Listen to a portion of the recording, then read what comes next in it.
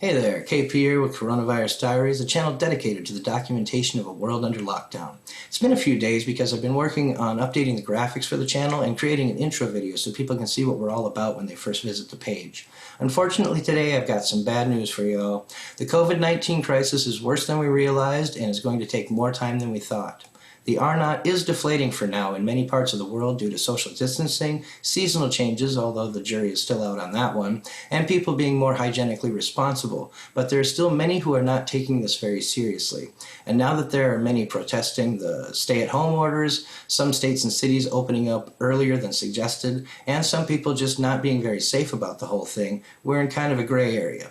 First off, what is the R0? We hear this term thrown around a lot, so let me explain. Typically, you see it written as R0. It's actually referred to as the R0. This is the reproduction rate of a virus and the measurement by which we calculate how many new infections will be caused by earlier infections. It's very hard to measure, but the basic rule of thumb is that if it's below 1.0, then the number of cases is going down, and if it's above 1.0, the number of cases is going up.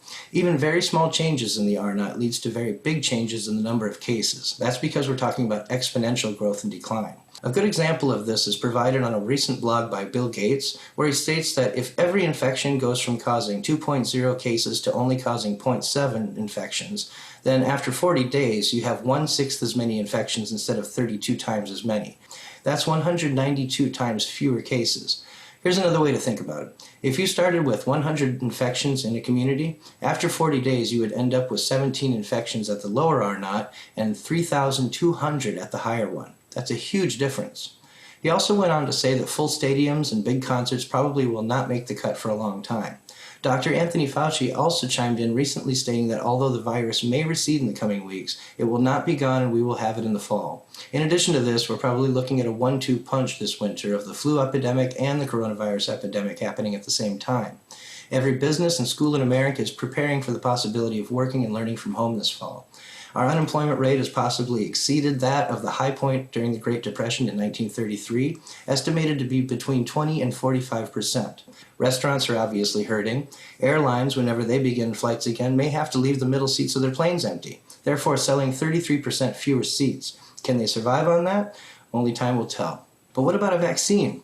Fauci's estimated timeline of at least a year to 18 months is optimistic at best. According to National Geographic, the mumps vaccine, considered the fastest ever approved, took 4 years to go from collecting viral samples to licensing the drug in 1967. And according to the World Health Organization, they recently said there is no evidence that people who have recovered from COVID-19 and have antibodies are protected from a second infection. Most studies show that people who have recovered do have antibodies in their system, but some have very low levels of neutralizing antibodies in their blood, suggesting that cellular immunity may also be critical for recovery. Sorry to be the bearer of bad tidings, but we are all about bringing you the facts as they are reported and what the most recent studies have found, whether it be good news or bad news. If you have any pics or videos of events happening in your area related to COVID-19 or to self-isolation, please reach out to us in the comments below or email us at coronavirusdiaries@gmail.com and we will be in touch. And please subscribe to the channel so we can keep you up to date on the latest news. Thank you for watching this and God bless. This is KP signing off.